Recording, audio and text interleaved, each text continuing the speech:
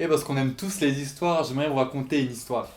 Ça nous parle d'une femme où c'est très peu de choses sur elle, on ne connaît pas son prénom, mais c'est une femme qui était assez mystérieuse. Et en fait, ce qu'on sait d'elle, c'est qu'elle avait commis l'adultère. Et à l'époque où cette femme commet l'adultère, en fait, c'est quelque chose de très grave. Et à un moment, alors qu'elle est en train de faire l'amour avec son amant, il y a quelqu'un qui la surprend. Et cette personne, elle va courir chez les chefs religieux qui assuraient l'autorité du peuple à l'époque.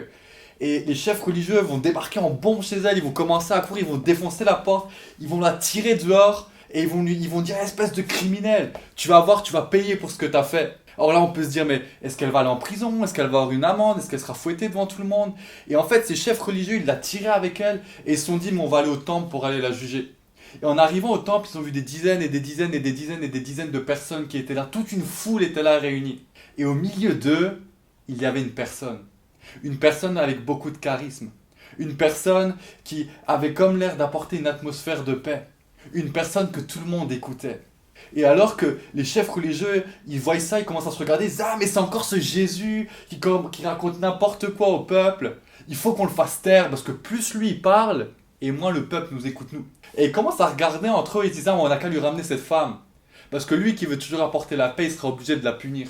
Et ces chefs religieux, ils commencent à bousculer la foule, ils rentrent au milieu d'eux, et ils prennent cette femme et ils la jettent aux pieds de Jésus. Et ils lui disent, Jésus, cette femme vient de commettre un adultère. Notre loi nous ordonne de la lapider. Et toi, qu'est-ce que t'en dis? La lapidation, pour ceux qui ne savent pas, c'est quoi? C'est lorsqu'on jette des cailloux sur quelqu'un jusqu'à ce qu'il meure. Et tout le monde était là en train de l'accuser, de la pointer du doigt, de l'insulter, de salir sa réputation. Cette femme était au milieu, c'était comme si les cailloux lui étaient déjà balancés dessus. Puis Jésus la regarde et va commencer à écrire quelque chose sur le sol. Et tout le monde était là à l'accuser, à la pointer du doigt. Puis quand Jésus se relève, tout le monde se tait.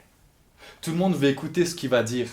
Et il dira que celui de vous qui est sans faute et sans erreur lui jette la première pierre.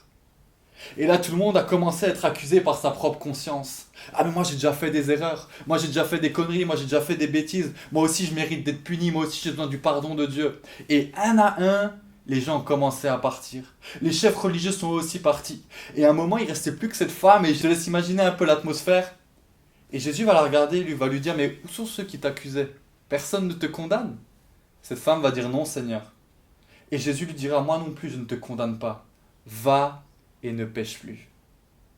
Et en fait, vous savez, on vit dans une société où le sexe est complètement banalisé. Il est tellement banalisé qu'on sait que l'infidélité, l'adultère, c'est quelque chose de pas bien, mais c'est pas grave pour nous.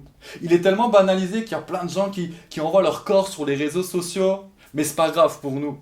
Et pourtant, on a vu tellement de gens être brisés par ça. On a vu tellement de réputations être salies par ça. On a vu même des familles être détruites à cause de ça. Et ce qui est banalisé est en fait quelque chose de vraiment important, je trouve. Et alors que cette femme commet l'adultère, c'est pas qu'une question d'adultère. Cette histoire nous apprend que on a tous fait des fautes, on a tous fait des erreurs, on a tous fait des bêtises. Et j'aimerais vous demander lequel d'entre nous n'a pas besoin du pardon de Dieu. Des vies ont été brisées, on est constamment jugé. Et on parle d'adultère ici.